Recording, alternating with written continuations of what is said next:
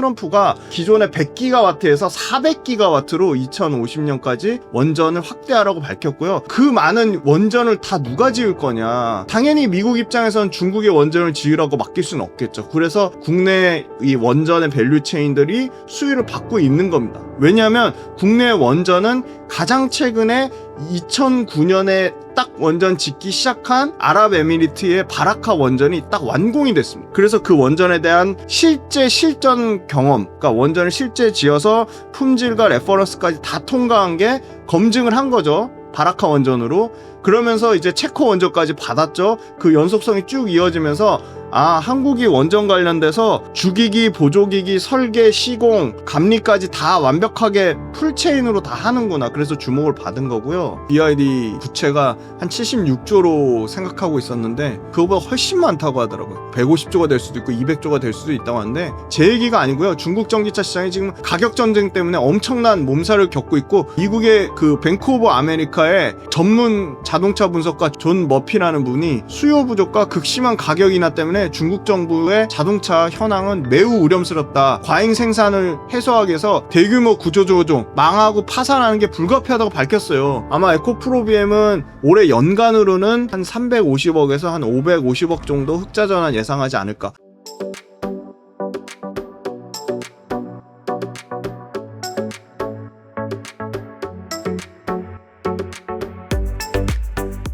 최근에 국내 증시가 3천 넘으면서 굉장히 좋은데 이 중 가장 뜨거운 원전주에 대해서 말씀 부탁드리겠습니다. 네네 맞습니다. 원전이 제가 요 표 피디님 띄워주실 건데요. 평균 상승률이 93%입니다. 저희가 지금 오늘 6월 24일 장중 기준으로도 뭐 두산 에너빌리티가 7만 원을 돌파를 하기도 했거든요.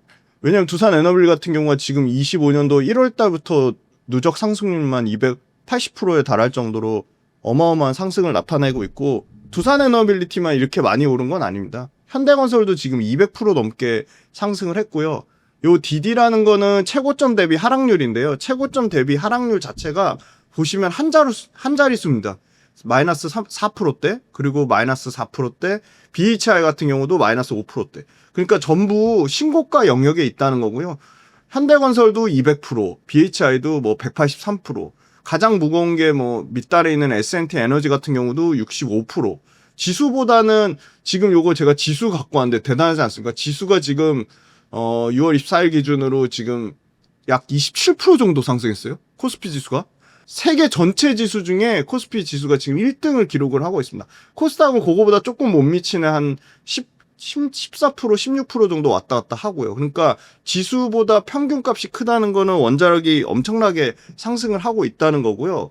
그 다음에 원자력 관련된 정부의 정책들이 아주 구체적으로 지금 속속들이 그러니까 기존에 탈원전했던 국가들이 사실은 실제 완전히 친원전으로 바뀌어가고 있어요. 당장 미국만 해도 중국한테 이 에너지 주도권을 사실 뺏긴 상황이거든요. 그래서 중국이 엄청나게 원전을 많이 지으면서 원래는 미국이 최고 원전 강국이었는데 중국한테 지금 뺏기니까 소형 모듈 원전 SMR이라는 거를 원자력 산업을 활성화해서 트럼프가 원전 지금 당장 2030년까지 4배 이상의 원전 용량을 4배입니다. 4배. 어마어마한 양이죠.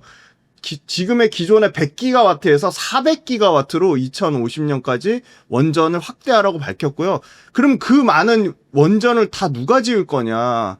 당연히 미국 입장에서는 중국의 원전을 지으라고 맡길 수는 없겠죠. 그래서 국내 이 원전의 밸류체인들이 수위를 받고 있는 겁니다. 왜냐하면 국내 원전은 가장 최근에 2009년에 딱 원전 짓기 시작한 아랍에미리트의 바라카 원전이 딱 완공이 됐습니다. 완벽하게 완공이 딱 세팅이 돼서 그래서 그 원전에 대한 실전 경험, 그러니까 원전을 실제 지어서 품질과 레퍼런스까지 다 통과한 게 검증을 한 거죠. 바라카 원전으로. 그러면서 이제 체코 원전까지 받았죠. 그 연속성이 쭉 이어지면서 한국이 원전 관련돼서 주기기, 보조기기, 설계, 시공, 감리까지 다 완벽하게 풀체인으로 다 하는구나. 그래서 주목을 받은 거고요.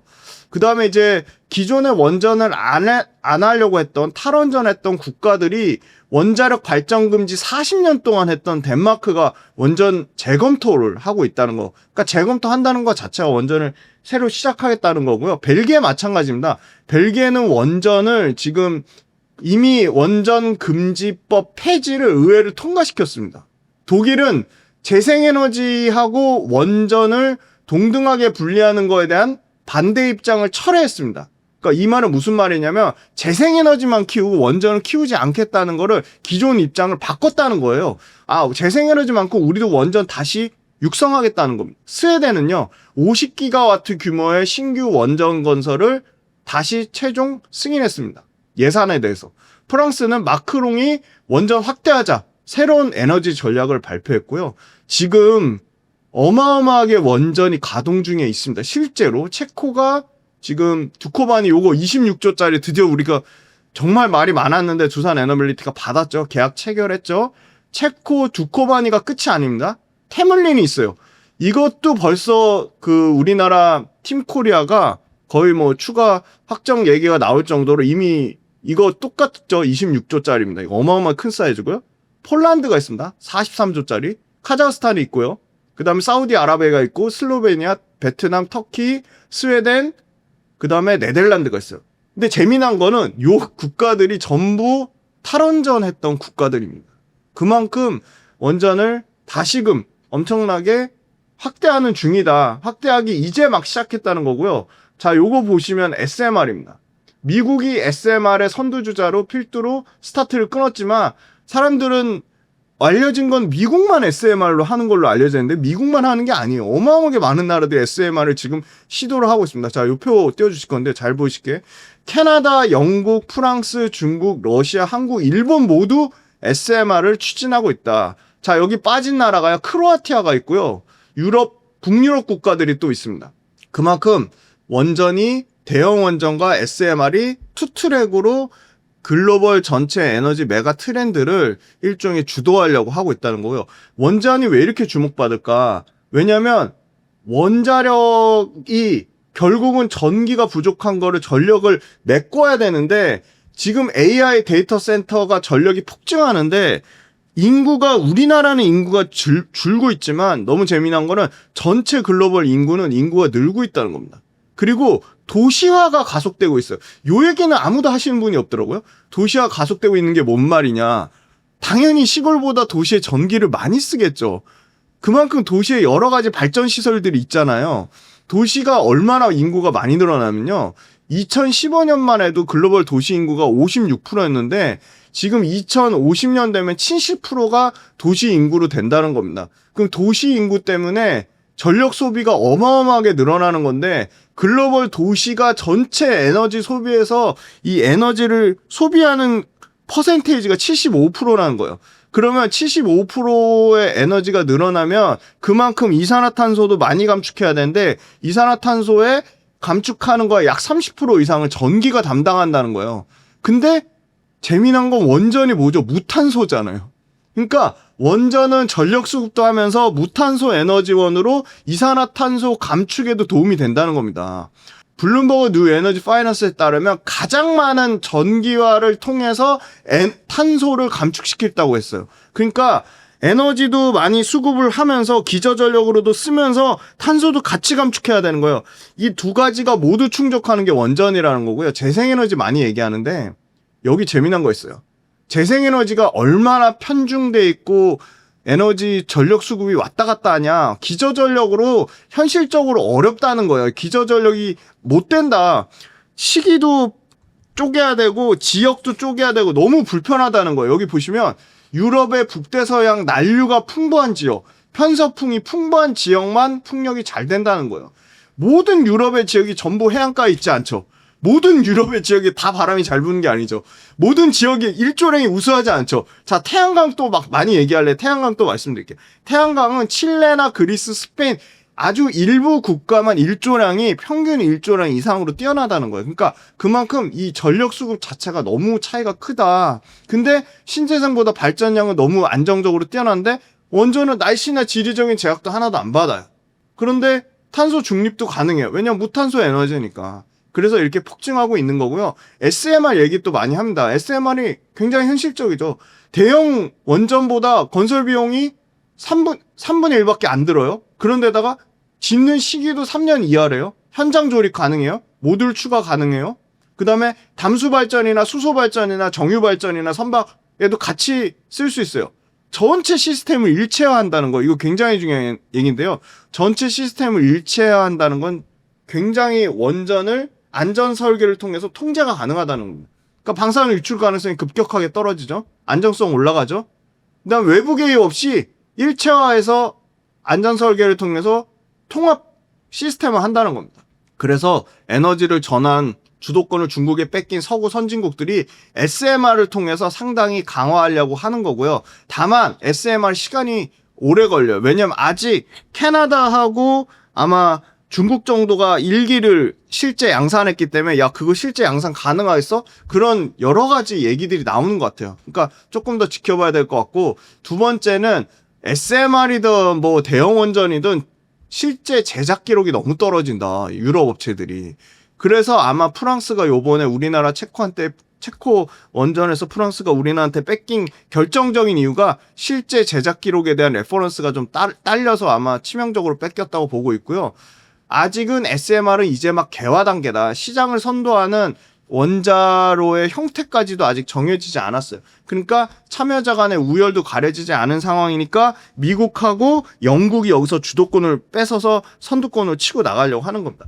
그러면 미국에 있는 웨스팅하우스나 영국 업체나 그다음에 또 뭐 독일 업체나 이런 데가 제작 경험은 없는데 설계는 잘한단 말이에요. 그러면 그 설계를 어디가 다 물건을 만들어줄 거냐? 똑같은 거예요. AI 반도체 엔비디아가 설계하잖아요. 그럼 그거 누가 만들죠? 파운드리 TSMC가 만들잖아요. 그러니까 그 원전의 TSMC를 두산 에너빌리티가 하는 거고요. 두산 에너빌리티는 결국은 그러니까 미국의 웨스팅하우스가 수혜를 받든 영국의 설계업체가 수혜를 받든 한국의 한수원, 한국수력 원자력이 수혜를 받던 그 모든 설계업체들의 전체, 왜냐하면 파운드리에서 TSMC를 얘기할 때 TSMC는 엔비디아 수혜만 받는 걸로 얘기하잖아요. 그게 아니고요. 엔비디아 물량이 많은 것뿐이지 TSMC는 아마존이 자체 칩 개발해도 TSMC에서 만들어야 돼요. 그죠? 메타가 자체 칩 개발해도 TSMC에서 만들어야 돼요.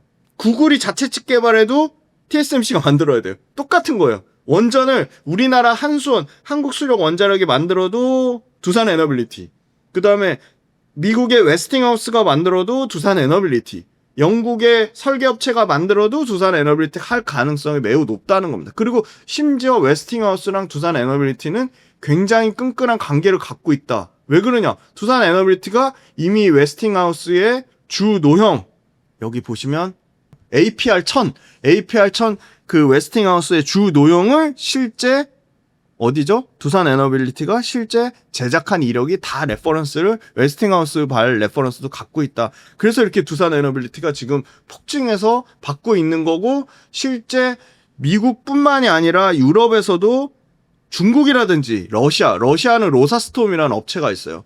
지금 중국이나 러시아 업체를 못 쓰는 이유는 중국이나 러시아 업체가 말 그대로 원전이 그렇게 위험하다고 하는데 원전 업체 잘못 써가지고 예를 들어 원전 그 짓는 데다가 중국이나 러시아가 어떤 장치를 열어가지고 만약에 그 장치 때문에 막 정말 다 폭파돼서 없어진다. 그런 극단적인, 그러니까 킬체인이라고 하는데 킬체인을 만약에 원전에 달아버린다? 러시아나 중국 업체가 막말로 유럽을 망가뜨리기 위해서 또는 미국을 망가뜨리기 위해서 보안적인 문제, 군사 안보적인 측면으로도 원전을 러시아나 중국한테 맡기기는 좀 쉽지 않겠다. 그런 생각이 듭니다.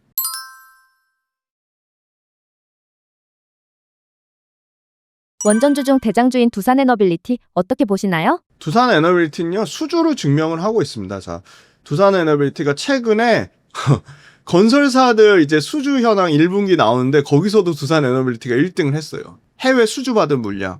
지금 5건의 수주가, 이게 지금 6월달 거 아직 업데이트 안 됐는데 5월달 기준으로 5건의 수주를 받았고 약 4조 3천억의 수주를 받았습니다. 누적적으로는 16조 넘게 이미 수주를 받았어요. 근데 가스 복합 발전 수주가 2,900억이고요. 사우디 루마하고 나이리아 수주가 2조 2천억. 베트남의 최대 국영기업이랑 9,400억의 또 가스 복합 발전 수주를 받았거든요. 그 말은 무슨 말이냐? 아직 체코 두코바니 원전에 대한 부분은 여기 반영이 실적이 안 된 거죠. 그래서 그게 언제 반영될 거냐? 아마 두산 에너빌리티 실적에 반영되는 거는 내년부터 반영되지 않을까. 내년, 그러니까 체코 그 두코바니 원전에 대한 그 실적 얘기는 안 나오는 거 보니까 아마 빠르면 내년 늦어도 27년에 아마 수주가 반영될 거라고 보고 있어요. 그래서 실제 두산 에너빌리티 원전주로 올랐지만 이미 가스 복합 화력 발전으로 엄청나게 수주를 받아놨다는 거고요. 두산 에너빌리티의 지금 원전에 대한 전체 매출 비중은 앞으로 40%까지 확대될 것으로 보고 있어요. 근데 현재 매출 비중은 한수원 그게 매출이 반영되는 게 20% 언더거든요. 그러니까 매출로는 전체 원전에서 차지하는 것보다는 가스 복합 화력 발전으로 금액이 엄청 큰 거고, 지금 두산 에너빌리티는 이미 가스 복합 화력 발전 관련돼서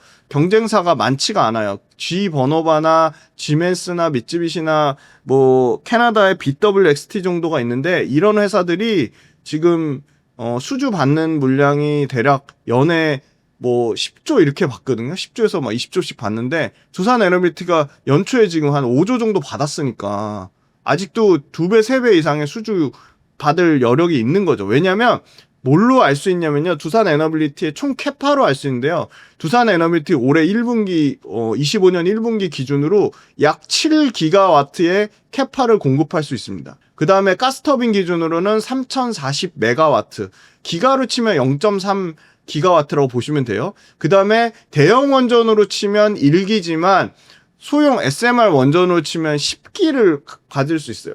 그러니까 대형 원전에 4기, 소형 SMR 원전 10기, 가스터빈 8기. 그래서 총 22개의 캐파를 보유할 수 있는데, 두산 에너빌리티가 우리가 29년도에 신규로 13조 5천억의 수주를 받겠다고 했는데, 이미 두산 에너빌리티 1분기 수주로 보면 원전을 이거 금액으로 바꿔볼게요. 4기가 6조입니다, 대략.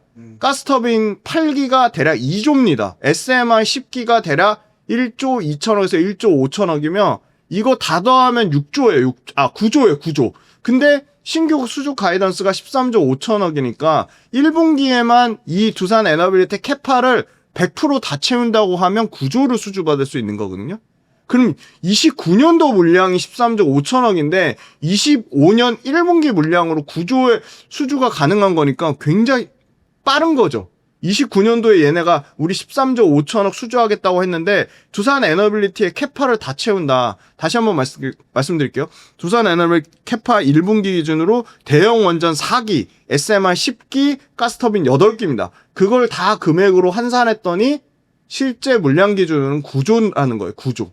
그러면 1분기에 9조면 얘네도 캐파를 늘리겠죠. 그러면 29년도에 13조 5천억인데 지금 올해 25년도잖아요. 그럼 29년이면 4년 남았는데 4년 뒤에 13조 5천억 달성할 게 아니라 제가 봤을 때 1, 2년 안에 13조 달성할 수 있지 않을까. 왜냐면 1분기에 이미 9조라는 캐파를 갖고 있는 거니까 어마어마하게 갖고 있는 거고요.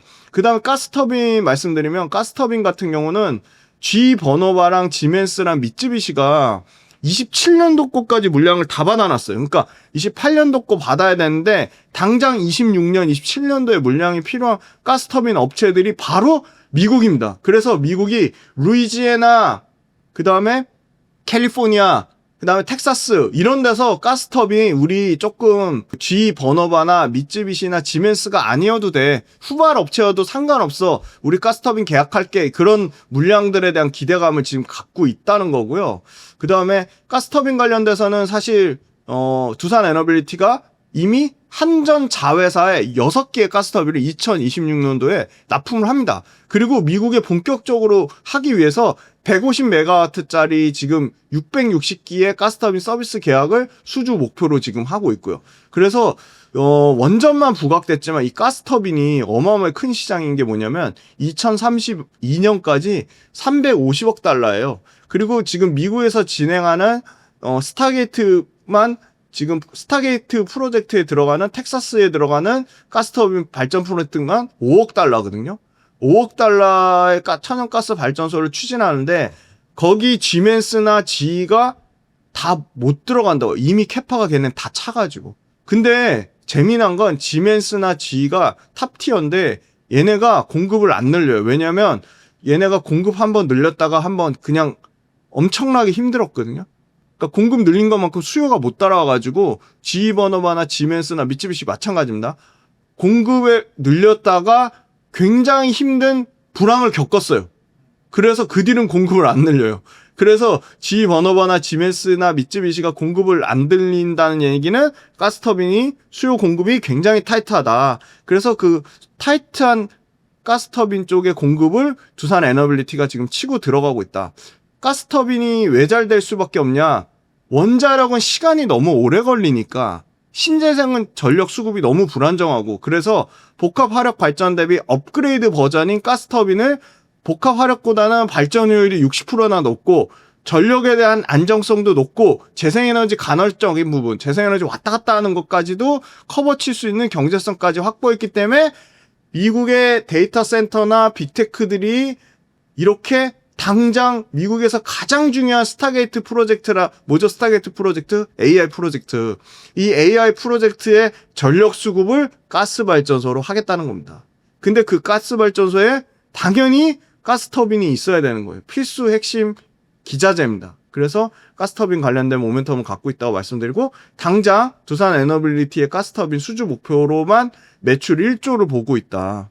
그래서 지금 너무 원전에 대한 모멘텀만 부각됐는데 이 원전 관련된 부분 외에 가스터빈이랑 이 복합 가스 화력 발전에 대한 부분도 두산 에너빌리티가 수주를 받고 있다는 거고요. 두산 에너빌리티의 앞으로 연간 수주 가능 목표 29년도에 13조 5천억. 이거는 너무 보수적으로 잡지 않았나 그렇게 보고요.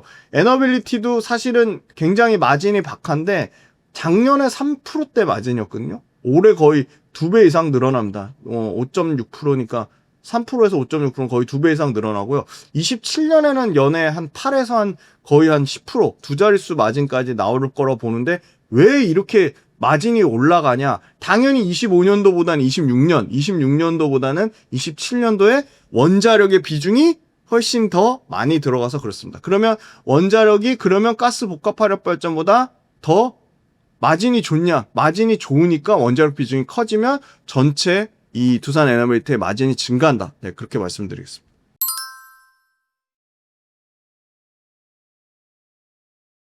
두산 에너빌리티는 조금 부담스러운 가격이라는 의견도 있습니다. 두산 에너빌리티 외에 또 지켜봐야 할 주식이 있다면 어떤 주식이 있을까요? 원전 밸류체인은 다 공부해보면 재밌습니다. 이게 지금 두산 에너빌리티 280% 오르는 동안에 S&T 에너지랑 BHI는 덜 올랐거든요.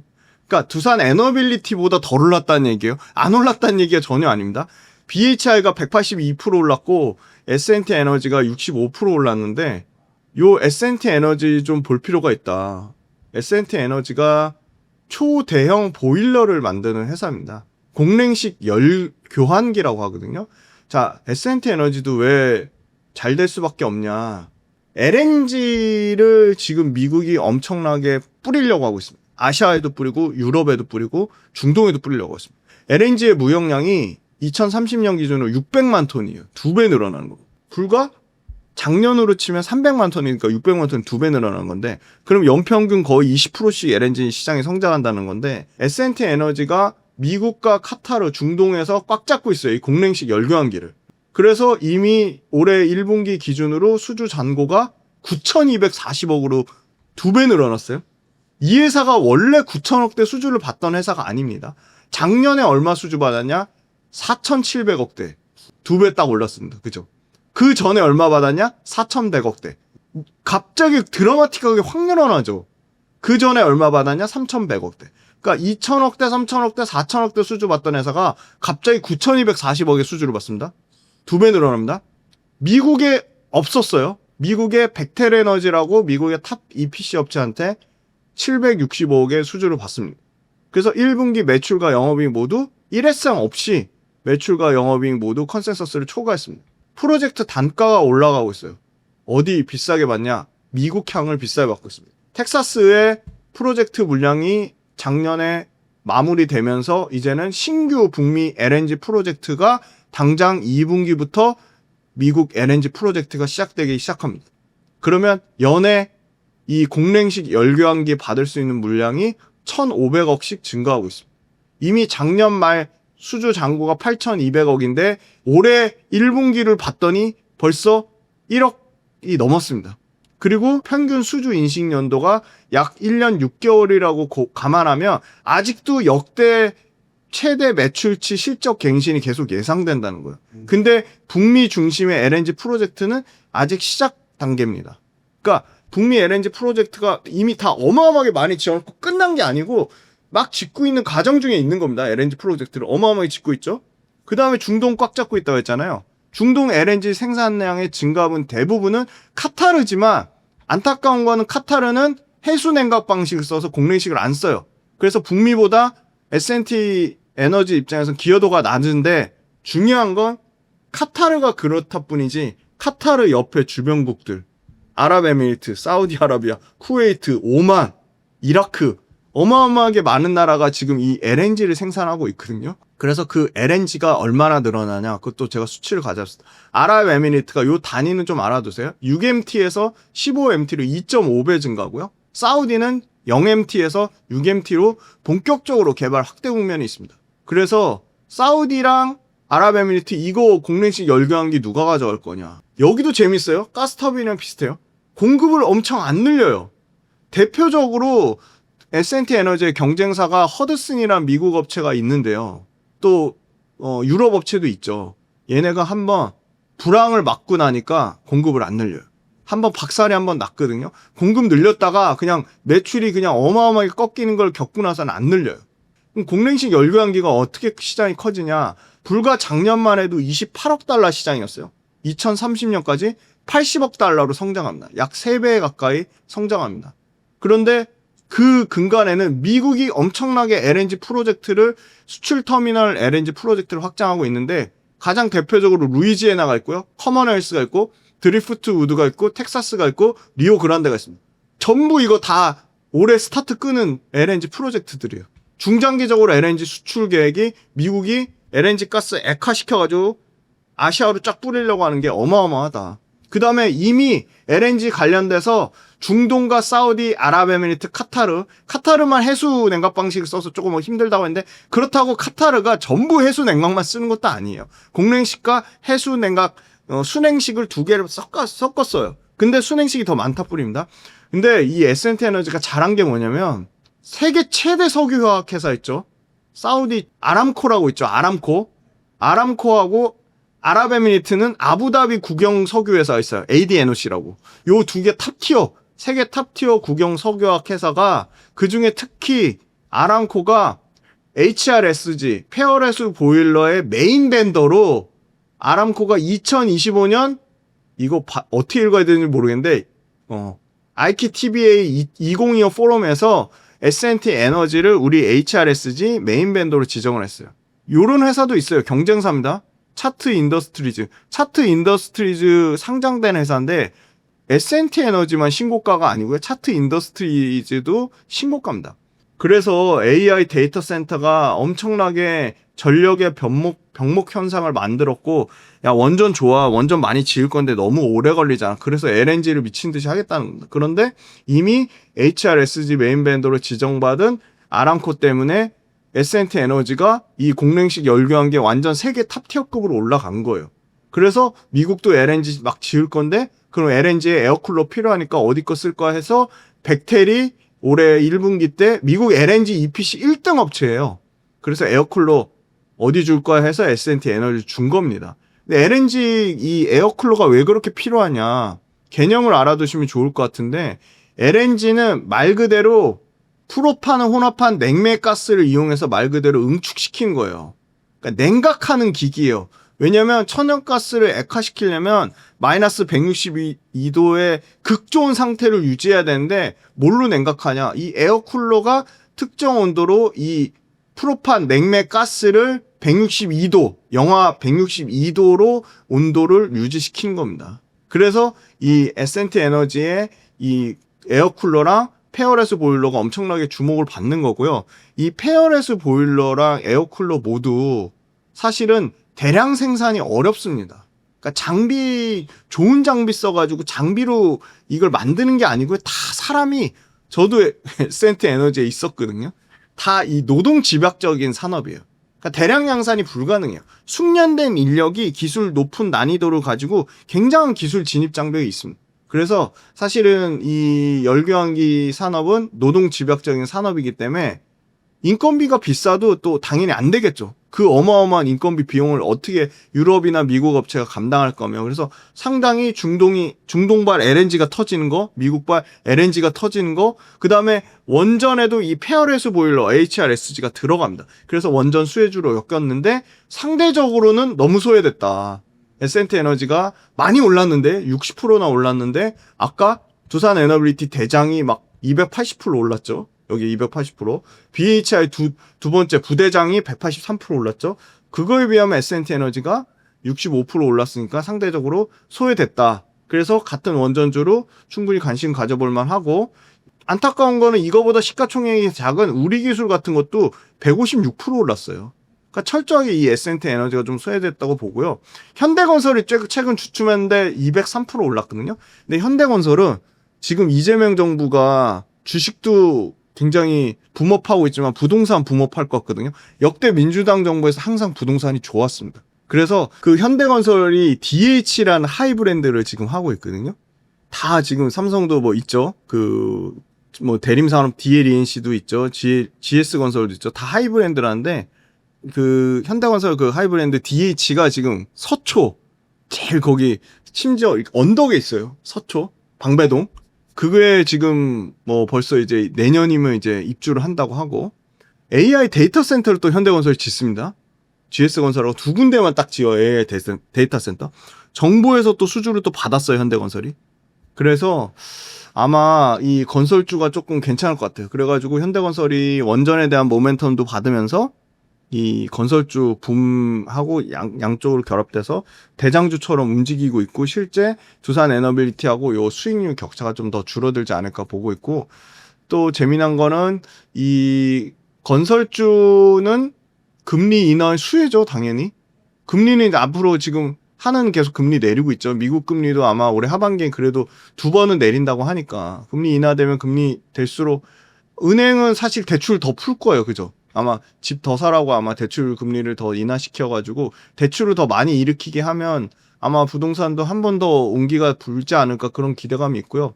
현대건설 같은 경우는 실적이 드디어 아마 올해 기준으로는 영업이 1조 정도 나온다고 하니까 실적 회복 모멘텀도 있고. 근데 밸류에이션 보니까 지금 10배가 넘었어요. 원래 건설주가 7배인데 주가가 너무 많이 올라서 지금 11배 정도 밸류에이션 받고 있는데 부담스럽긴 하다. 근데 두산 에너빌리티 밸류에이션하고 현대건설 밸류에이션하고는 현대건설은 건설주의 밸류에이션을 받으니까 현대건설이 온전히 원전주의 밸류에이션을 받으면 이 주가에 있으면 안 된다. 그래서 두산 에너빌리티가 100배 넘게 받는데 현대건설 11배니까 현대건설도 완전히 원전주로 보면 밸류에이션 재평가가 일어나야 될 것 같고, 그래서 저는 두산 에너빌리티가 만약에 부담스럽다고 하면 현대건설하고 S&T 에너지 정도 보면 좀 괜찮을 것 같습니다.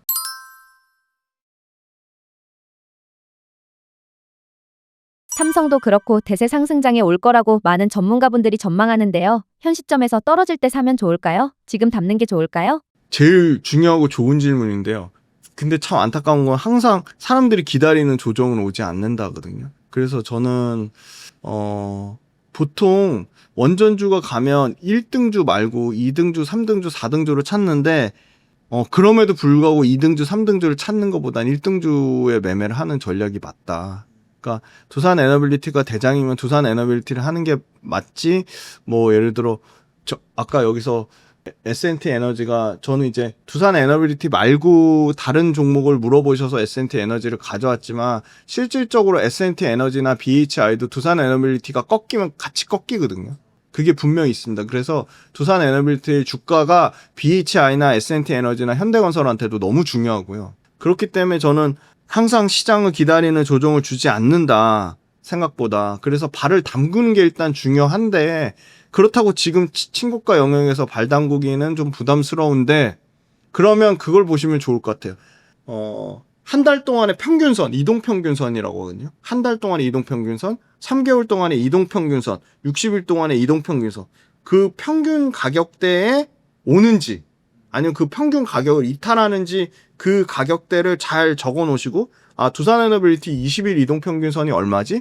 60일 이동평균선이 얼마지? 그 다음에 120일 6개월 이동평균선이 얼마지? 그 가격대를 적어 놓으시고 두산 에너빌리티가 예를 들어 이동평균선에 가까이 오거나 아니면 이동평균선을 이탈하려고 하면 원전은 앞으로도 계속 주도주니까 이동평균선 관점으로, 그러니까 이동평균선은 말 그대로 가격의 평균값이니까 그거 기준으로 하면 좋을 것 같고, 예를 들어 어떤 이슈 있었잖아요. 왜냐면 진짜 고수들은 그렇게 하더라고요. 두산 에너빌리티 체코 원전 수주 받을 건데 갑자기 뭐 프랑스 전력청이나 또 프랑스 전력청이 목리를 부리고 또 체코의 행정법원이 갑자기 뭐 두산 에너빌리티 수주 못 받게 뭐 정지시켰다, 효력 정지시켰다 이러면 갑자기 두산 에너빌리티가 단기간에 막 15%씩 하락하거든요. 그런 또 좋은 기회를 노리면 좋지 않을까. 이런 거죠. 예를 들어 갑자기 지금 이란 거의 휴전 분위기인데, 화해 분위기인데 뭐 갑자기 이란에서 갑자기 이스라엘을 뭐 그 민간 그 시설을 공격해가지고 갑자기 지정학적 이슈 때문에 환율이 빵 뜨면서 원전주들 갑자기 비싸, 뭐 부담돼, 뭐 원전주 외국인이 팔 거야 하면서 뭐 그런 외부 이슈, 외부 매크로 이슈 때문에 이런 원전주가 빠지면 그럴 때는 두산 에너빌리티에 문제가 있어서 빠지는 게 아니고 매크로 이슈 때문에 빠지는 거니까 상대적으로 좀 괜찮지 않을까. 그리고 두산 에너빌리티가 예를 들어 그런 겁니다. 두산 에너빌리티 말고 조선하고 방산도 좋은데 조선하고 방산으로 갑자기 갈아타는 막 개인 투자자나 기관 투자자들이 많이 늘어나요. 그러면 그때 냉정히 따져보는 거예요. 조선하고 방산으로 갈아타는데 조선 방산의 모멘텀이 더 셀까? 글로벌 정책 모멘텀이. 앞으로 LNG가 더 많이 늘어날까? 아니면 글로벌로 지정학적 분쟁이 더 많이 늘어날까? 아니면 원전처럼 에너지의 메가 트렌드가 바뀔까? 그런 고민을 상대적인 매력도를 따져보는 거죠. 그래서 저는 결론부터 얘기하면 기다리는 조정이 오지 않는다가 보통 시장에 보통 우리가 예상했던 거니까 일단 발을 담그는 게 좀 중요할 것 같다는 거고, 발을 담글 때 1등주가 아닌 보통 2, 3등주로 발을 담그는데 2, 3등주보다는 1등주에 발을 담그는 게 맞다. 그리고 냉정하게 얘기하면 두산 에너빌리티는 연봉으로 보면 일봉이나 주봉으로 보면 막 어마어마하게 올라와서 너무 무서운데 연봉을 돌파를 못했어요. 연봉의 가격은 14만 원대거든요. 그래서 사람들은 그러면 14만 원 돌파한다는 얘기가 그건 몰라요. 진짜 몰라요. 그건 모르는데 연봉을 아직 돌파하지 못했기 때문에 일봉, 주봉 돌파 다 했고 월봉을 통해 보면 이제 연봉을 돌파하는 과정 중에 있기 때문에 두산 에너빌리티가 여기서 그러면 상승세를 끝날 거냐? 저는 그렇게는 보고 있지 않습니다. 이런 주식 시장에 대한 정보를 더 얻으려면 어떻게 해야 하나요? 저는 이제 구독 모델을 하고 있습니다. 그래서 매일매일 시황하고 시황, 산업, 기업을 이제 매일매일 그날의 특징주나 그날 특징 시황을 다 정리를 해드리고 매 주간 단위로 꼭 보셔야 될, 여러분들이 꼭 보셔야 될 매주 주도 산업에 대해서 유튜브에는 전혀 올리지 않고 빌리언스 캠퍼스랑 구독 모델에만 매주 주도 산업과 그 주도주의 핵심 기업들을 분석해서 올려드리니까 빌리언스 캠퍼스랑 구독 모델도 참고해 보시면 매일매일 시황 정리하실 수 없잖아요. 매일매일 업종이나 기업을 다 일일이 보실 수 없잖아요. 그래서 아마 빌리언스 캠퍼스 구독 모델만 보시면 그게 다 일목요연하게 다 정리가 되실 겁니다. 많은 후기가 있으니까요. 아마 댓글 달아주실 거예요. 가셔서 후기 보시면 저하고 같이 매일매일 시장을 핵심만 요약해서 보실 수 있으니까 상당히 도움되실 거라고 믿습니다.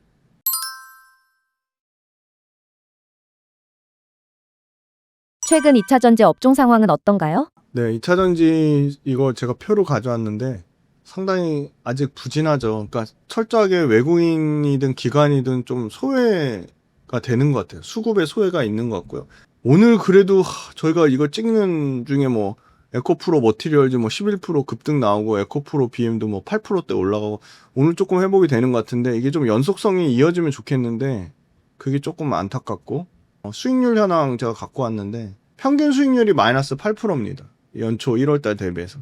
근데 다행인 거는 그나마 다행인 건 포스코홀딩스가 연초 대비 플러스 상승을 회복이 됐고 에코프로 BM도 뭐 2%지만 플러스 상승이 되고 있고 포스코 퓨처엠 아직 마이너스 4%대고요. LG화학도 마이너스 11%, 삼성 SDI가 상당히 부진해요. 마이너스 25%, LG 에너지솔루션이 마이너스 10%, 이렇게 모두 부진한 상황입니다. 근데 그 와중에 이제 IT랑 같이 섞여 있는데 한솔케미칼 같은 경우는 뭐 73% 상승 나타내고 있고, 솔브레인 같은 경우도 뭐 11%, 예. 이렇게 IT 같이 연결되어 있는 데는 조금 상승을 나타내고 있고요. 전기차 판매량이 5월 달에 전체 160만 대로 전년 대비 24% 증가하면서 연간 누적적으로도 28% 상승하면서 캐즘은 아니다. 그건 분명한 것 같고요. 유럽이 160만 대를 팔면서 27% 상승했거든요. 근데 북미가 이상하게 5월 달에 좀 많이 부진했습니다. 북미가 3%밖에 상승을 못했고요. 독일이 전년 대비 45% 판매 상승률이 나왔고요. 영국이 32% 판매 상승률 나왔고, 스페인이 72% 판매 상승률 나왔는데, 미국이 왜 이렇게 부진한가 봤더니 테슬라가 5월달 데이터에서 14% 감소가 나왔어요. 근데 반면에 GM은 90% 상승했고요. 현대기아도 상당히 부진했습니다. 마이너스 49% 전년 대비 감소했고요. 포드는 25% 상승했고요. 그 다음에 리튬하고 니켈 같은 경우가 계속 가격이 빠지고 있죠. 그래서 양극재 업체들한테 부담이 되고 있는데, 다운사이클의 시계열이 지금 연장되고 있다. 그런 얘기를 하면서 계속 부정적인 얘기가 나오고 있습니다. 근데 다행인 거는 이제 확정이 됐죠. AMPC가 2028년 종료될 줄 알았는데 2031년으로 결국 시장에서 예상한 것보다 1년 앞당기는 수준으로 나왔고, 2차전지 섹터의 전체 코스닥에서 차지하는 비중이 원래 15%대였는데 거의 8%대까지 반토막이 났습니다. 그만큼 2차전지가 이제 섹터 비중 자체가 작아졌다는 거고요.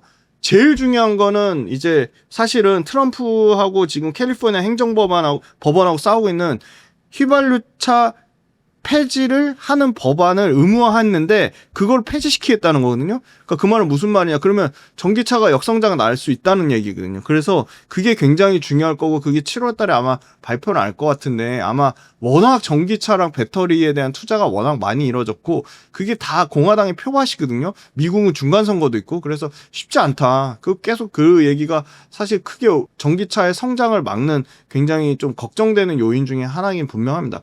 근데 두 번째는 가동률인데요. LG엔솔이 지금 가동률이 지금 미시간 공장 같은 경우는 오히려 ESS 라인으로 돌리면서 조금 살아나고 있고, SK온이나 삼성 SDI도 가동률이 지금 40%대밖에 안 될 정도로 상당히 가동률이 떨어집니다. 그러니까 이런 부분이 실적에 굉장히 계속 부담이 되는 거고, 양극재 업체들도 결국은 가동률이 40%대밖에 안 된다고 하니까 상당히 부담감이 되고 있는 거고요. 그런데 전체 25년도의 예상 출하량, 그러니까 삼성 SDI, LG엔솔, SK온의 합산 출하량이 지금 27년도 합산 캐파의 3분의 1밖에 안 되는 거예요. 그러니까 앞으로 예상 출하량이 3배 이상 늘어나야지 27년도 삼성 SDI나 LG엔솔이나 SK온의 캐파를 다 채운다는 거니까 아직도 공급 과잉에 대한 계속 우려는 계속 갖고 있다. 그리고 사실은 테슬라의 점유율을 아까 5월달 데이터에도 말씀드렸지만 GM이나 현대기아차나 포드나 심지어 이제 앞으로 계속 뜨고 있는 뭐 예를 들어 볼보라든지 닛산이라든지 뭐 도요타라든지 BMW, 아우디 이런 차들이 계속 전기차 자체가 테슬라만 바라보다가 다른 매력적인 전기차가 나오면서 테슬라의 점유율이 떨어진 건 나쁜 상황은 아니거든요. 그래서 사실은 그런 부분이 테슬라 주가랑 2차전지랑 너무 심하게 연동이 됐는데 테슬라만 바라보진 말자. 그리고 테슬라 지금 로보택시 같은 경우도 지금 올해 요번 주에 지금 그 시범 운행하잖아요. 그 이미 텍사스에서는 벌써 돌아다닌다고 하는데, 그 로보택시 자율주행에 대한 모멘텀이 전기차한테는 굉장히 긍정적인 겁니다. 자율주행 뭘로 할 건, 휘발유차는 자율주행 자체가 불가능해요. 전동화 하려면 무조건 전기차로 가야 되거든요. 왜냐하면 전력의 최대한 효율화를 위해서. 그래서 자동차도 결국은 다 자율주행으로 바뀔 건데 그 자율주행 뭘로 할 거냐, 전기차로 할 거다라는 거고요. 다만 국내 배터리 업체든 양극재 업체든 가동률이 빨리 올라와야 되는데 그게 못 올라오고 있다. 그럼 언제 올라올 건데, 지금 시장에서 예상한 거는 50% 이상 올라오는 거는 3분기를 예상하고 있습니다. 그래서 3분기 되면은 조금 숫자 같은 게 좀 많이 바뀌지 않을까 보고 있고, 우리나라는 현대기아차가 굉장히 잘하고 있어요. 지금 올해 유럽의 차, 올해 전기차, 그리고 미국 올해 전기차에 다 아이오닉 시리즈나 EV 시리즈가 싹쓸이할 정도로 유럽의 저가 전기차 라인, 미국의 중저가 라인을 현대기아차가 싹쓸이 하고 있는데, 현대기아차는 이미 조지아 메타플랜트 공장을 거의 다 로봇으로 다 싹 바꾸면서 완전히 거의 자동화되어 있거든요. 그러니까 어마어마하게 조지아 메타플랜트 공장이 지금 그 미국에서 굉장히 생산 캐파를 늘릴 거를 보고 있고, 그 얘기는 무슨 말이냐? 조지아 메타플랜트에서 현지 생산이 가능하다는 얘기는 관세로부터 자유롭다는 겁니다. 관세 영향이 떨어진다는 거예요. 두 번째는 전기차 이 공장 캐파 중에 유일하게 1년 만에 증설한 데가 있습니다. 현대차하고 인도네시아하고 LG 에너지 솔루션의 합작 HLI 그린파워가 현대차의 캐스퍼 기아의 EV3랑 EV4가 너무 잘 팔려가지고 거기는 캐즘하고 무색하게 1년 만에 그 공장 증설한대요. 그래서 그 공장 증설하는 데가 1년에 매출 잡히는 게 아마 HLI 그린파워 매출 잡히는 거는 아마 한 2조 정도 사이즈 매출 보고 있어요. 풀캐파로 돌아간다고 치면. 그래서 그거에 대한 기대감은 또 있다. 그리고 전기차 침투율 아직 미국이 8.7%밖에 안 됐습니다. 10%가 안 됐으니까 정말 전기차가 이제 더 많이 더 확산이 돼야 된다고 보고 있고요. 자, 4월달 판매 많이 된 거 보니까 그 테슬라 엄청 부진했는데 현대기아차가 잘 팔았고요. 그 다음에 BYD 지금 저가 모델 이거 3천만 원도 안 되는 차거든요. BYD 시걸이라든지 BYD 송DM 이런 차들 잘 팔렸고, 근데 생각보다 저는 기대하는 거는 지금 그 중국차 말고 폭스바겐의 ID 시리즈가 굉장히 잘 팔렸습니다. ID4랑 ID5가 중국을 제외한 유럽과 미국에서 판매량 합산 데이터로 1분기에 1등 찍었거든요. 그래서 이런 신차들 테슬라하고 BYD만 생각했는데 그 기타 외 업체들의 판매량이 조금씩 늘어나고 있다. 그런 기대감이 있는 거고요. 그 다음에 두 번째는 ESS를 완전히 무시하는데 ESS가 어마어마하게 큰 시장이고요.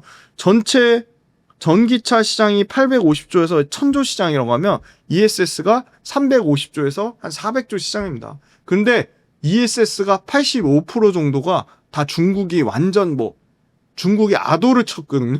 그런데 그 시장을 우리나라가 다시 조금씩 뺏어오고 있습니다. 가장 최근에 삼성 SDI가 독일의 최대 ESS 업체랑 공급 계약을 또 맺었고요. 그 다음에 또 삼성 SDI가 미국의 넥스트에라 에너지랑 또 ESS 공급 계약을 맺었습니다. LG엔솔 같은 경우는 폴란드 국영전력청이랑 또 ESS 공급 계약을 또 맺었고요. 그래서 지금 다양하게 ESS 공급 계약이 나오고 있고요. ESS 관련돼서는 아까 말씀드린 LG엔솔이 스타트를 제일 먼저 미시간 공장을 ESS 라인으로 전환하고 있고요. SK온 역시도 일부 그 공장, 포드에 납품하는 부분을 ESS로 라인 전환을 하고 있습니다. 굉장히 ESS 부분이 당장 중국이 섹션 301 25% 관세를 합치면 28.4%의 관세가 붙거든요. 그러면 이 28.4% 관세가 앞으로 또 추가 상향 가능성도 있다고요.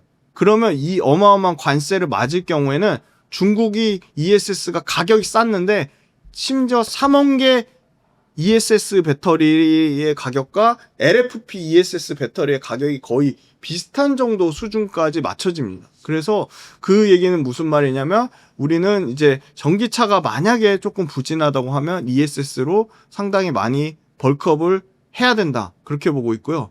자, 제일 중요한 거 LG엔솔의 고객사 현황, 삼성 SDI 고객사 현황, 그 다음에 SK온의 고객사 현황. 우리는 매달 LG엔솔의 가장 큰 포지션이 뭐죠? 테슬라가 GM이 가장 커요. GM이 많이 팔리면 LG엔솔 실적 좋을 수밖에 없습니다. 그리고 LG엔솔은 가장 고객사가 잘 다변화되어 있어요. LG엔솔은 전체 배터리 탑 10개 중에 9개는 다 LG엔솔 고객이에요. 심지어 체리 자동차라고 중국 탑 10에 들어가는 6등 업체인가 아마 그럴 거예요. 1조 이상의 배터리 공급 계약, 이제 LG엔솔은 중국 기업도 뚫었습니다. 그래서 중국 업체도 요 기타에 들어가 있다는 거고요. LG엔솔은 GM, 테슬라, 폭스바겐, 현대기아차. 그 다음에 삼성 SDI는 BMW, 스텔란티스, 폭스바겐, 리비안. 그러면 GM이 잘 나가면 LG엔솔 잘 나갈 수밖에 없고요. BMW가 잘 나가면 삼성 SDI 잘 나갈 수밖에 없고요. 여기에 LG엔솔에 스텔란티스 안 나와 있는데 LG엔솔도 스텔란티스 15%나 차지하고 있어요. 자, 그 다음에 SK온 볼게요. SK온은 요새 좋죠. 삼성 SDI보다 SK온이 훨씬 좋아요. 왜 그러냐? 현대차 잘 팔리고 있어서. 현대차가 50%예요. 포드는 12%밖에 안 돼요. 포드 비중 급격하게 줄이고요. 현대차의 비중을 급격하게 올렸습니다. 요거 표 띄워 주실 거예요. 그 다음에 두 번째, SK온의 두 번째 큰 비중은 바로 폭스바겐입니다. 그럼 SK온 좋을 수밖에 없죠. 왜? 폭스바겐의 ID4나 ID5나 ID6 시리즈가 잘 팔리고 있으니까. 그래서 고객사가 어떻게 돼 있냐를 제일 중요하다. 그래서 그걸 매월 데이터로 확인해 보시라. 그리고 국내 셀 메이커 3사에 요것도 SK증권 거 가져왔는데요. 셀 캐파가 이만큼의 공급 과잉이 있다는 겁니다. 그래서 출하량이 급격하게 올라와야 되는 거고, 양극재 업체나 배터리 셀 업체나 하반기는 상반기보다 훨씬 가동률이 더 올라갈 거라고 그렇게 보고 있습니다. 그러면 그게 실적에 순차적으로 반영이 될 거다. 그렇게 생각하고 있습니다.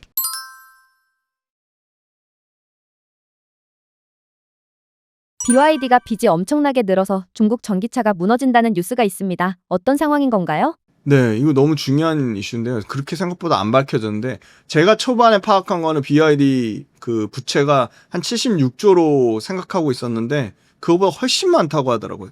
뭐 시장에서 알려지지 않아서 그렇지, 뭐 150조가 될 수도 있고 200조가 될 수도 있다고 하는데, 제 얘기가 아니고요. 중국 전기차 시장이 지금 가격 전쟁 때문에 엄청난 몸살을 겪고 있고, 업계 재편 과정을 겪고 있답니다. 뭘로 할 수 있냐? 현대기아차는요, 미국에서 지금 인센티브를 줄였어요.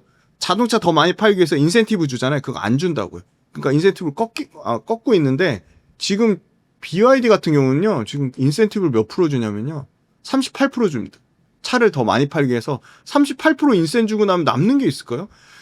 미국의 그 뱅크 오브 아메리카의 전문 자동차 분석가 존 머피라는 분이 수요 부족과 극심한 가격 인하 때문에 중국 정부의 자동차 현황은 매우 우려스럽다. 과잉 생산을 해소하기 위해서 대규모 구조조정, 대규모 망하고 파산하는 게 불가피하다고 밝혔어요.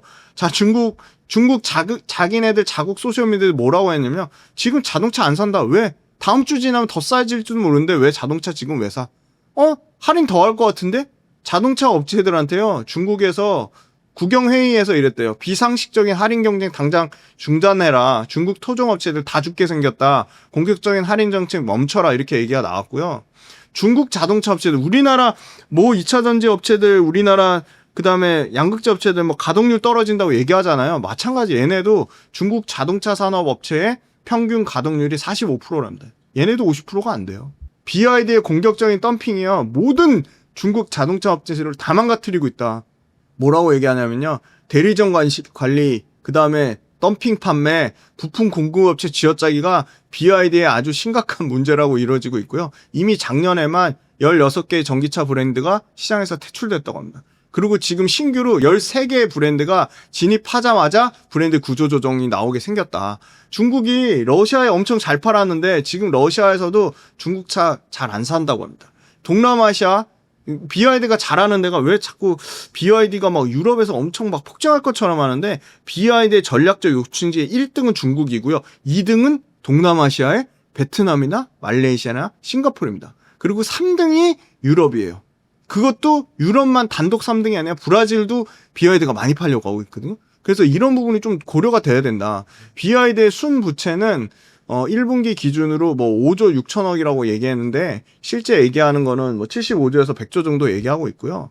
지금 중국 자동차 공업 협회가 테슬라, BYD, 지리 16개의 주요 자동차 업체의 비정상적인 가격 경쟁을 당장 자제하는데 협약에 서명했다고 했지만, 바로 며칠 지나지 않아서 이런 판매 조항은 독점금지법에 위배될 수 있어서 스스로 약속을 깼어요.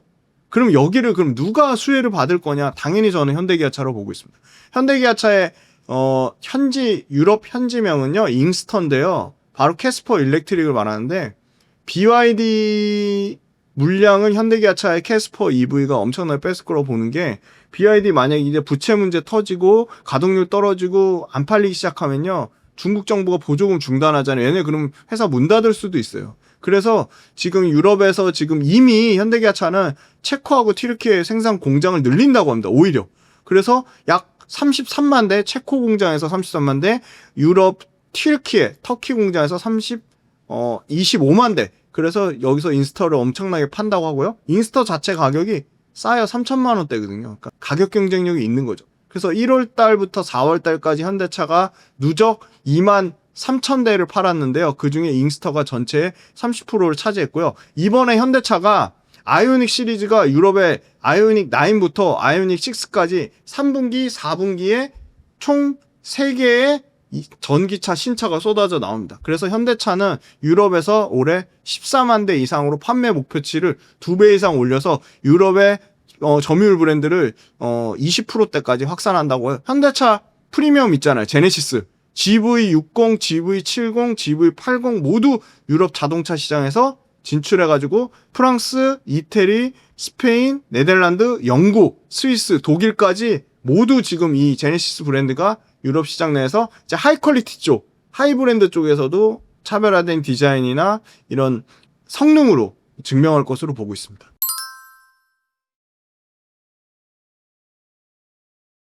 2차 전지 종목 중에 주목해야 할 종목을 소개해 주신다면 어떤 종목이 있을까요?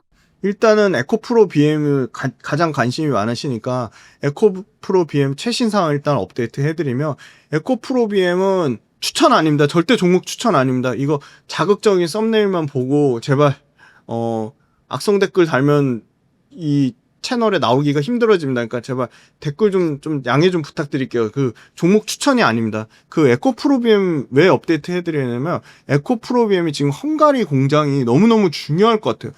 왜냐면 유럽도 현지 생산하라는 거거든요. 그 법이 있습니다. 그 굉장히 중요한 TCA라는 법이 있어요. 이게 뭐냐면요, 트레이드 앤 코퍼레이션 어그리먼트의 약자인데요. TCA법은 2027년도부터 당장 유럽에서 발효되는데 27년부터는 유럽산 양극재를 써야 됩니다. 필수적으로.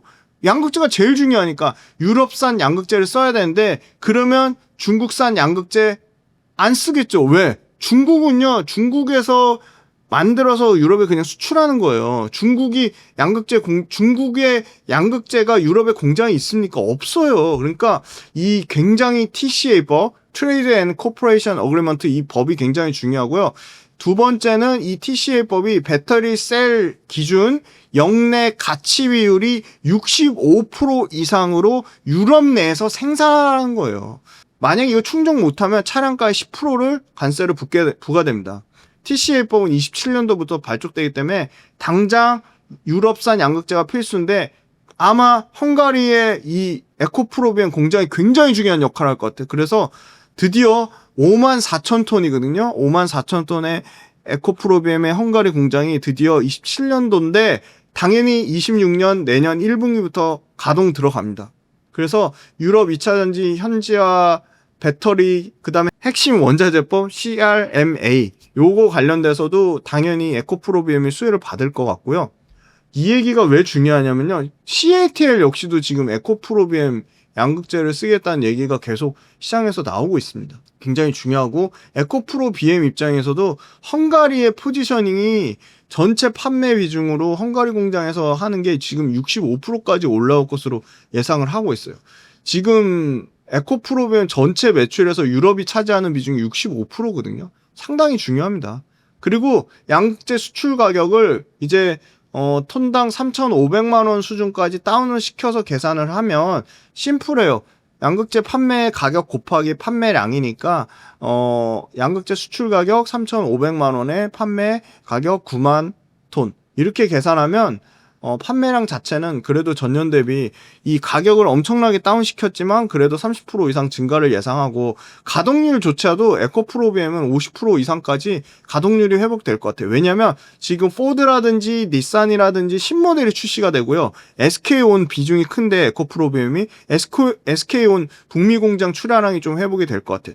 그리고 유럽은 BMW랑 아우디가 계속 부진했습니다. 그런데 BMW랑 아우디도 판매량이 조금 회복이 되고 있습니다. 그래서 결국은 좀 실적이 하반기에 좀 많이 좀 회복이 될 거라고 보고 있기 때문에, 삼성 SDI만 조금 이렇게 헤매지만 않으면 SK온 쪽은 굉장히 견조하다. 그리고 유럽 양극재 공장 54,000톤 헝가리 공장이 이 CRMA법이랑 바로 아까 말씀드린 TCA법에 굉장히 중요한 포지션이 될 거다. 그래서 아마 에코프로비엠은 올해 연간으로는 한 350억에서 한 550억 정도 흑자 전환 예상하지 않을까, 그렇게 보고 있고요. 저는 에코프로비엠보다는 훨씬 더 관심 가져와야 될 기업은 전구체 기업이라고 보고 있습니다. 첫 번째 전구체 기업으로 말씀드릴 거는 에코앤드림인데요. 유럽 최대 양극재 업체는요, 중국 업체가 아니고 유미코어입니다. 유미코어. 유미코어가 불과 2021년도만 해도 세계 양극재 1등이었어요. 근데 6등까지 밀려났고요. 지금 유미코어가 지금 2028년까지 에코앤드림으로부터 받을 양극재 톤수가 최대 17만 톤까지 예상하고 있어요. 금액으로 치면 5년 동안 약 3조 정도의 어마어마하게 큰 규모고요. 에코앤드림 입장에서. 왜냐면 에코앤드림이 연매출이 5천억도 안 되는 회사니까 3조 지금 공급 규모로 추정하고 있거든요. 전구체 5년 동안 장기 공급 계약을 맺어서 이게 실적으로 차곡차곡 반영될 것으로 보고 있고요. 그 다음에 전구체 같은 경우 미국에서 당장 FEOC 규정에 적용을 받습니다. 중국 기업이 FEOC에 중국 기업이 포함되면 중국산 전구체는 세액공제 혜택이 제한돼요. 그래서 당장 유럽과 미국에서 이 전구체를 당장 비중국, 탈중국 전구체를 써야 됩니다. 당장 이게 그 시급한 문제이기 때문에 전구체의 탈중국화는 엄청나게 지금 계속 확대가 되고 있습니다. 이미 그게 에코앤드림 같은 완전 후발 업체한테도 지금 유미코어가 이렇게 5년 단위에 3조 가까이 그 공급 계약을 맺는다는 거는 상당한 얘기고요. 에코프로 머티리얼즈도 다소 주춤하긴 했지만 포항 영일만에 지금 6만 6천 톤 그거 합산에 하반기에 투자까지 완료되면 11만 6천 톤으로 기존 대비 2배 이상의 캐파를 증가합니다. 그리고 2030년까지 판매 목표는 25만 5천 톤인데요. 에코프로 머티 주목해야 될 게 에코프로 BM만 전구체를 납품하지 않겠다는 거예요. 지금 2030년까지 7개고요. 2025년 올해 기준으로 에코프로 BM 뺀 나머지 3개 이상의 신규 고객사 발굴. 저는 그게 굉장히 좀 중요하다고 보고요. 아마 삼성 SDI로 직납할 수도 있고요. 에코프로 BM이 납품하는 삼성 SDI나 이쪽이 아니라 다른 뭐 LG엔솔이 될 수도 있고 또는 SK운이 될 수도 있습니다. 왜 그러냐면 지금 LG 계열사들이 중국이랑 합작하는 공장이 중단됐어요. 포스코 퓨처엠도 전구체를 CNGL이랑 합작하려고 했는데 그것도 중단됐어요. 그러면 지금 현실적으로는 국내에서 그 중국하고 합작해서 하는 업체들이 대거 중단되면서 어디가 가능하겠냐. 지금 에코앤드림하고 에코프로 머티 정도밖에 없어요. 근데 에코앤드림 같은 경우는 유미코 납품하는 물량만 대기도 부족하고 그러면 LG엔솔도 전구체가 필요하고 삼성 SDI는 당연히 에코프로 머티가 납품할 거고 나머지 업체 있잖아요. SK온하고 LG엔솔 그 전구체 어디가 될 거면 포스코 퓨처엠 전구체 누가 될 거? 포스코 퓨처엠 아까 중국이랑 합작하는 거 중단됐다고요. 그래서 저는 이 국내에 들어가는 국내 배터리 셀 3사에 들어가는 전구체 물량도 에코앤드림이나 에코프로 머티가 대기 상당히 지금 공급에 부족인 상황이 나오고 있다. 예. 그런 부분이 이런 업체들한테 수혜가 될 거라고 보고 있고요.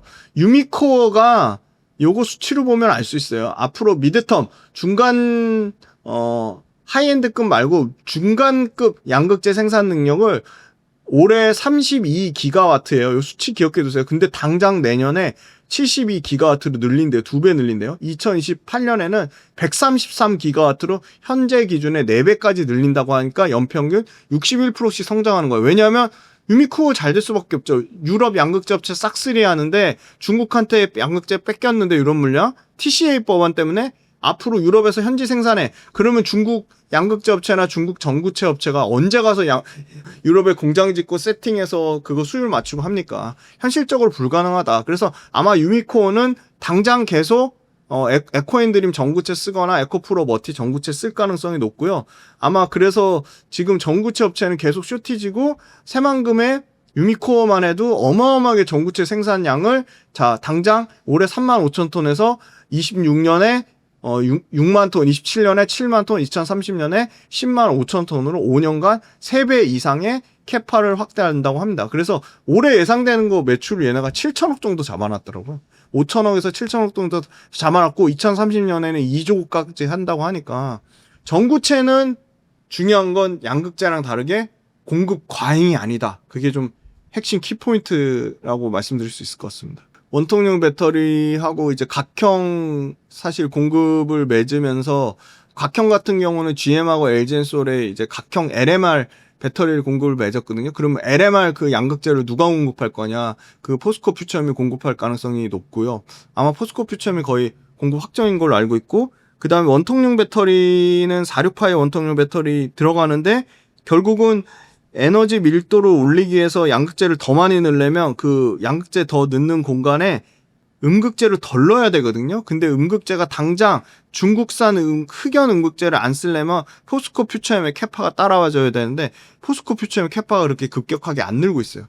그래서 조금 비싼데, 흑연보다 비싼데 성능이 뛰어난 실리콘 음극재를 많이 넣기 시작합니다. 왜냐면 실리콘 음극재는 다행인 건 흑연 음극재랑 가격 격차가 계속 줄어들고 있어요. 왜냐면 실리콘 음극재 가격이 떨어져서.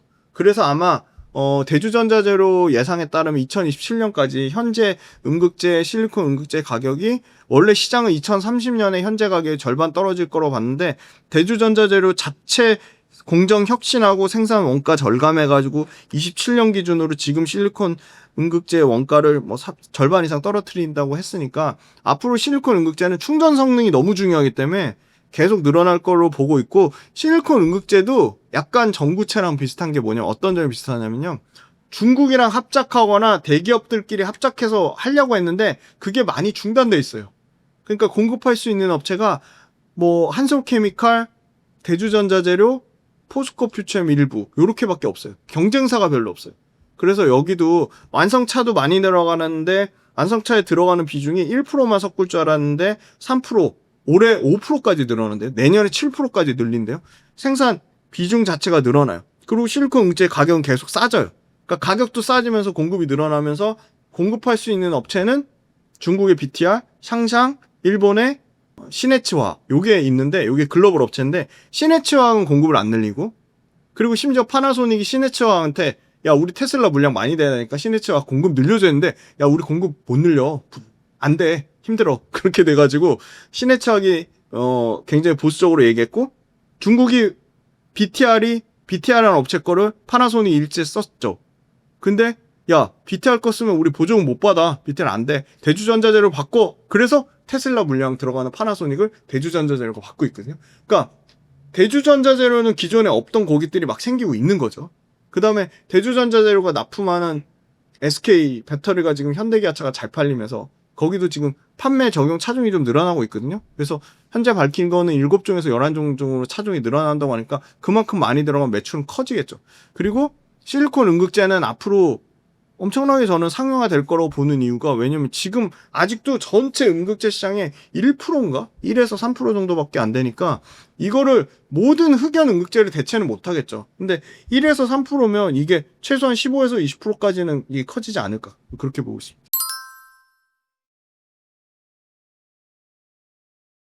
상법 개정 수혜를 받는 기업들은 어떤 게 있을까요? 상법 개정의 최대 수혜주로 지주사가 지금 굉장히 부각을 받고 있고요. 기관들이 지주사가 포트에 없으니까 급하게 남느라 또 급하게 올랐습니다. 요거 한번 쭉 띄워주고, 요새 최근에 네이버, 카카오도 주가가 좋죠. 자, 지주사 평균 수익률이요. 와, 코스피 지수가 28.4% 상승률인데 지주사 평균 수익률이요 66.2%예요. 보세요. 하나 같은 경우는요 248% 상승했고요. 두산 134% 상승했고요.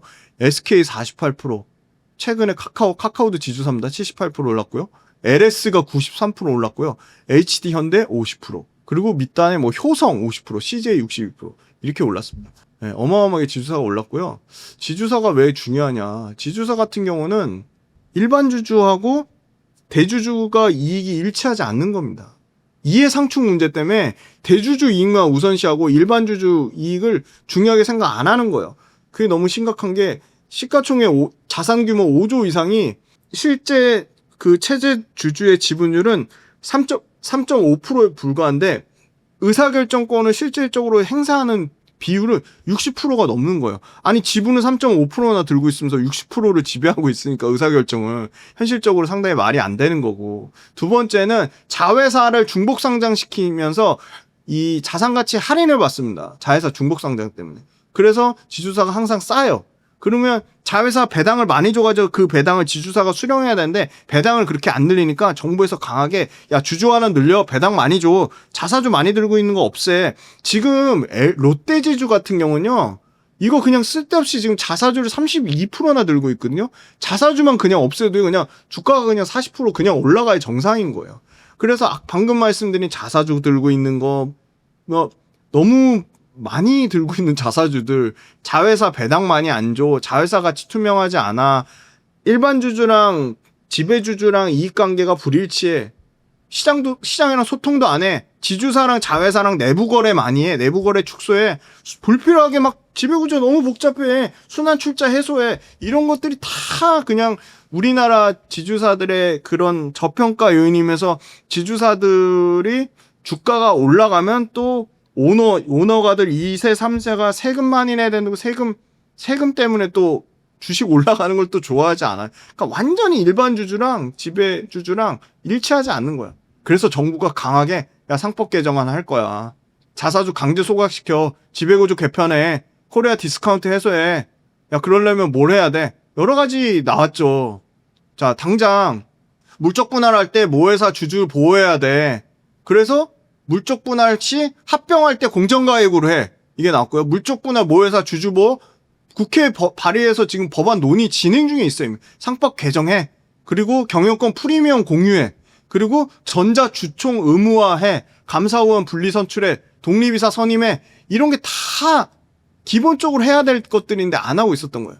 그리고 배당소득 분리과세 PBR 0.8배 미만은 우리 그래 너네 상속세 부담된다고 하니까 상속세의 하한 범위도 결정해줄게. 이것도 국회에 발의돼 있어요. 근데 당장 보시면 시행령 176조 5라는 게 있거든요. 자본시장법 시행령 176조 5. 이거 당장 폐지가 가능해요. 대통령령으로. 그럼 한 달 안에 폐지할 수 있어요. 그게 뭐냐? 시가 아니고 공정가치로 합병하라는 거예요. 그럼 이게 얼마나 대단하냐면 시가 방식이 아니라 공정가치로 평가하잖아요. 두 손밖에 PBR이 0.5배밖에 안 되는데 이게 그냥 1배로 뛰어요. 그러니까 정부에서 PBR 1배 만들겠다고 하잖아요. 지금 은행 금융사들, 뭐 금융지주사들, 그다음에 이런 지주사들. 근데 왜 그거 안 하냐? 아시아에서 가장 높대요. 상속세율이. 경영권 지분 넘기면 65% 세금을 때려 맞아요.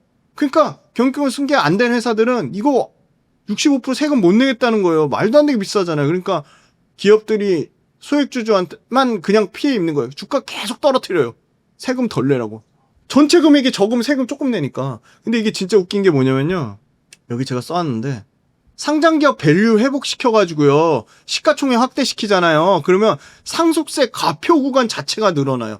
그래서 세율 인하에도 과표 구간 자체가 증가하기 때문에 세수는 오히려 증가한다고요. 그러니까 세금 더 많이 거둘 수 있다고요. 상장기업 밸류 회복시키면. 네. 시가총액 커지게 만들어서 일반 주주 이익이랑 지배주주 이익을 이해상충시키지 말고 일치시키면 시가총액이 커져서 지수 자체가 펌핑 나오면 상속세 과표 구간이 올라가고 세율 약간 떨어뜨려도 세율 인하해도 전체 파이가 커지니까 세수는 증가한다고요. 그래서 당장 여야 합의해서 상속세 완화해야 되고 상법 개정 동시에 추진시켜야 된다. 그리고 자사주를 32%나 왜 들고 있어요? 그러니까 이거 소각하면 시장 신뢰는 결국 회복된다. 그럼 그 자사주 소각돼서 배당 더 많이 준다든지 다른 주주 환원 정책을 하는 거죠. 중복사장 더블 카운팅 이슈 때문에 지주사가 그렇게 할인을 많이 받은 겁니다. 그러니까 행동주의 펀드들 야 너네 자사주 소각해 배당 더 많이 줘 이런 게 행동주의 펀드들이 계속 타깃이 되는 거예요. 그래서 결국은 이런 법적인 부분들이 기존에 그냥 알아서 너네가 알아서 고쳐 했다가 야 이거 법 안 지키면 그냥 당장 너네 철퇴 맞을 거야. 상법 개정안 이거 당장 통과시킬 거야. 이런 거 다 해. 감사위원 분리 선출해. 전자주총 의무화해. 집중투표제 실행해. 독립이사 선출 의무화해. 이사 충실 대상 전체 주주로 확대. 기본적인 것들이거든요. 이런 것만 지켜도 그냥 지주사만 좋아지는 게 아니라 코스피 지수가 코리아 거버넌스 이슈 때문에 거버넌스 이슈를 해소함으로써 4천, 5천 간다는 얘기가 이것 때문에 나오는 겁니다. 뭔가 펀더멘털이 완전히 바뀔 것 같죠. 네. 그런 이슈가 있기 때문에 너무 중요하다. 그래서 법으로 강제하겠다는 겁니다. 이런 부분들을. 1억이 있다면 어떻게 포트폴리오를 구성해야 될까요? 저는 로봇을 20% 정도 담을 것 같고요. 로봇. 그리고 조선을 한 20% 담을 것 같습니다. 상대적으로 굉장히 소외된 게 지금 바이오가 좀 많이 소외가 됐거든요. 바이오를 한 15%. 네.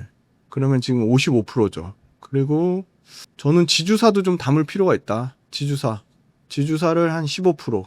그럼 몇 프로인가요, 지금? 70%. 만일을 대비해서 저는 현금을 일단 15%는 현금을 들고 있겠습니다. 그리고 마지막 남은 15%는 원전을 안 넣을 수가 없겠네요. 네.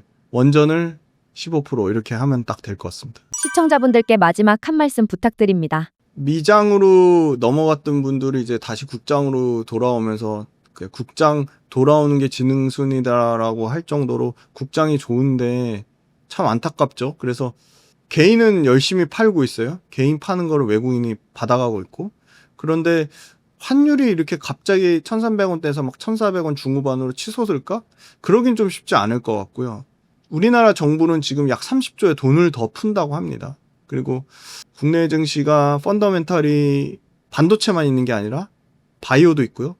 2차 전지도 있고요. 기존에 없던 조선 방산이 새롭게 강하게 부각을 받고 있죠. 그리고 엔터도 너무 잘합니다. 미디어도 잘합니다. 포트폴리오가 잘 돼 있죠. 그래서 국내 증시 관련돼서 저는 계속 레벨업이 잘 진행되고 있는데 다만 안타까운 건 너무 단기간에 빨리 올랐다. 그래서 개별 업종, 주도주는 생각하는 것만큼 그렇게 쉽게 조정이 오지 않기 때문에 주도주는 일단 발을 담그는 게 중요한 것 같고요. 주도주 이 비싼 가격에 사서 물리라는 얘기가 그런 얘기가 아닙니다.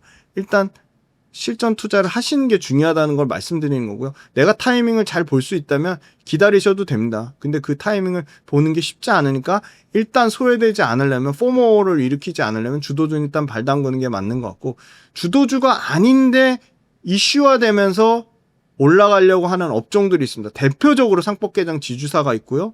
지금 꿈틀꿈틀하는 로봇이 있고요. 그 다음에 중국과의 관계가 좋아지면서 얘기 나오는 엔터가 있고요. 미디어가 있고 레저가 있습니다. 이런 업종들은 밸류에이션 부담이 없죠. 그런 업종들로 포트폴리오를 잘 배분하시면 좋을 것 같고 나 조선방산 갖고 있어서 수익 많이 났어. 그런 분들은 다른 분들도 수익 낼 수 있게 조금 양보를 하세요. 저는 현금 갖고 있으면 현금이 아무리 좋은 종목보다도 더 가치가 크다. 왜냐하면 새로운 기회비용을 창출할 수 있기 때문에 그렇게 보시면 될 것 같고 앞으로도 한국 증시가 저는 미국 증시보다 당분간은 계속 좋을 것 같습니다. 계속 좋을 것 같고 그중에 주도주들 막 속출할 겁니다. 진짜 말 그대로 뭐 텐베거 나오는 종목들도 있을 거고요. 그래서 철저하게 시장에 소외되지 마시고 미국 주식만 너무 예찬하지 마시고 미국 주식 계속 오르는 것 같지만 꼭 그렇지도 않아요. 그래서 한국 주식과 미국 주식 포트폴리오 잘 배분하시고 꼭 주도주를 매매를 하셔야 된다. 주도주에 없으면 지금이라도 발 담그시는 게 너무 중요하고요. 그 다음에 이미 난 주도주 많이 갖고 있다. 그러면 다른 분들 주도주로 좀 수익 낼 수 있게 좀 양보 좀 하시면 좋을 것 같고 많이 물려 계신 분들 냉정하게 들고 있는 게 맞는지 새로운 걸로 갈아타는 게 맞는지 그거 따지실 때 상대적인 매력도를 비교해 보시라. 나는 내가 들고 있는 게 여전히 지금 시장에서 주도주라고 하는 원전보다 더 매력 있어. 내 판단이 그게 맞으면 그걸 믿고 하시는 거고요. 내가 냉정하게 지금 따져봤는데 나는 처음에는 내가 갖고 있는 업종이 좋았는데 지금 따져보니까 이 원전이라는 업종이 더 좋은 것 같아. 내 판단이 틀렸으면 그거 빨리 지금이라도 늦지 않았으니까 인정하고 틀린 걸 인정하고 갈아타는 게 맞다. 근데 아무리 봐도 나는 내가 지금 손실 중이긴 하지만 이 기업이 훨씬 더 원전보다 더 글로벌 모멘텀을 갖고 있고 더 앞으로 좋아질 일이 남을 것 같고 더 앞으로 이거보다 상대적인 매력도가 뛰어나다? 그러면 내가 내 판단을 유지하는 거 어느 누구한테도 의존하지 않으시길 바라고 유튜브에 나오는 거는 참고만 하시고 투자 판단과 결정은 내가 하는 겁니다. 그래서 남 탓하지 마시고 내가 그 남 탓할 시간에 공부해가지고 내 판단이 내가 계속 내 스스로 증명해야 된다. 그렇게 말씀드리겠습니다. 감사합니다.